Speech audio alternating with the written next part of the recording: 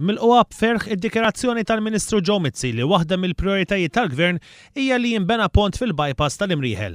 Marlene Housley hija Emma Maria Housley illi kellha 17-il sena meta 8 snin ilu mietet wara illi ttajret minn karozza f'din it-triq.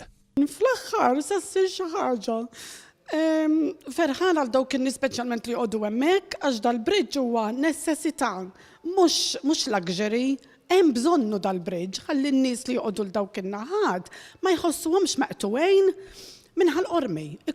Emma Marie mietet fuq il-post u ħabibta Grazzjella Fenek li ttajret ukoll fl-istess inċident tilfet ħajjitha 3 ijiem wara fl-isptar. Waħda mill-problemi li residenti taż-żona magħrufa bħala tal-Blat bħal qormi ilhom is-snin iħabtu wiċċhom magħha hija l-mod kif jaqsmu mill-bypass tal-Imrieħel sabiex jaslu għaċ-ċentru tar-Raħal. Din is-sitwazzjoni tħalli tasal f'punt fejn min jaqsam din il-bypass qed jagħmel dan periklu għal ħajtu. Kien nhar il-21 ta' Awwissu tal-2005 kien żewġ tfajliet Emma Maria Housley u Grazzjella Fenek li jgħixu fuq in-naħa magħrufa bħala tal-Blat f'Ħal-Qormi ittajru minn karozza hawnhekk fil-bypass tal-Imrieħel u sfortunatament tilfu ħajjithom f'dan l-inċident tat-traffiku. Minn dak iż-żmien hawn saret pressjoni kbira sabiex f'din il-bypass jinbena pedestrian bridge. F'Novembru ta' l-2006 l-Gvern Nazzjonalista kien ħabbar li għandu kollox lest sabiex toħroġ is-sejħa l-offerti. Ix-xogħol kien imwiegħed li se jkun lest sa Awwissu ta' l-2007. Madankollu dan il-pedestrian bridge qatt ma sar. Madankollu mitjum wara li tela Gvern ġdid Laburista, il-Gvern qiegħed iwiegħed illi dan il-proġett ta' footbridge se jkun qed isir permezz ta' flus li se jkunu bbaġġettjati fil-baġġett għas-sena 2014. Jiena nemmen il-ħajja ta' bniedem hija imprezzabbli. U minkejja illi kien hemm min ta' l-opinjoni tiegħu li m'għandux isir xi forma ta' bridge jew xi ħaġa il għaliex ammont ta' nies huma ftit, aħna naħsbuha differenti. Aħna il-ħajja hija anki ta' wieħed hija imprezzabbli.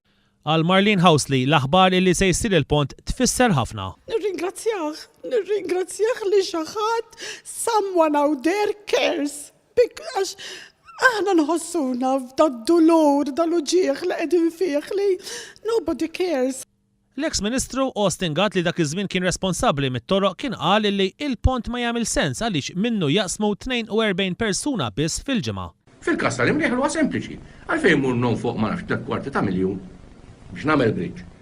Li rridu jkollu spin-off minħabba il-wheelchairs li rridu jitilgħu ta' 150 metru fuq kull naħa biex minn għalqa jitla fil-bridge u jitfaw fl-għalqa viċin Ħal-Qormi.